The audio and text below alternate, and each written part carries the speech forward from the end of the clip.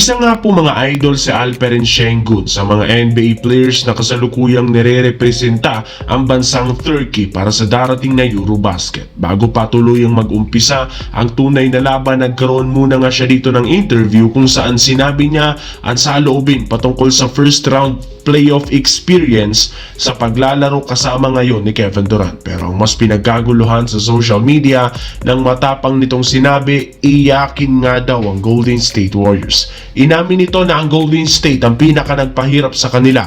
Napaka-eksperyensado nga nito kaya hindi siya nakakagulat bakit masyado silang nahirapan. Napansin niya parating nga daw nagko-commit ng foul ang Golden State. Buti na lang hindi parating tumatawag ng foul ang mga referee sa playoffs kaya nakakaligtas ang mga ito. Pero lumalabas na storya sa media ay Warriors pa ang nadedehado sa foul sa sobrang dami ng nirereklamo nito kaya medyo hindi nga daw unfair para sa Houston ang nangyari. At kasabay ng naging pahayag na ito, hindi nga ito nagustuhan ng mga fans at pinutakti siya ng batikos sa social media. Sa kabila naman, kabi-kabila ang mga players ang gustong maglaro sa Gilas Pilipinas at isa dyan ang dating film guard ng Sacramento Kings na si Bogey Ellis na nagsumiti na ng pasaporte sa kampo ni Coach Norman Black at sa SBP para makapaglaro sa national team bilang isang local player. Sa ngayon,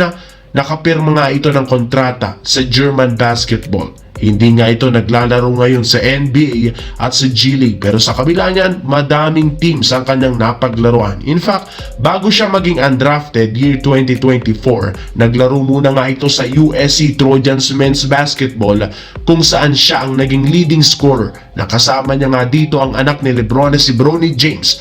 Ngunit kagaya kay Bronny na draft ng Lakers bilang 55th, siya naging undrafted at kahit anong gawin niyang pagpapasikat sa G League, wala pa rin sa kanyang kumukuha. Kaya mas minabuti nga nitong dalhin ang kanyang talento overseas at tulungan ngayon kung papalarin ang Gilas Pilipinas sa darating na Southeast Asian Games.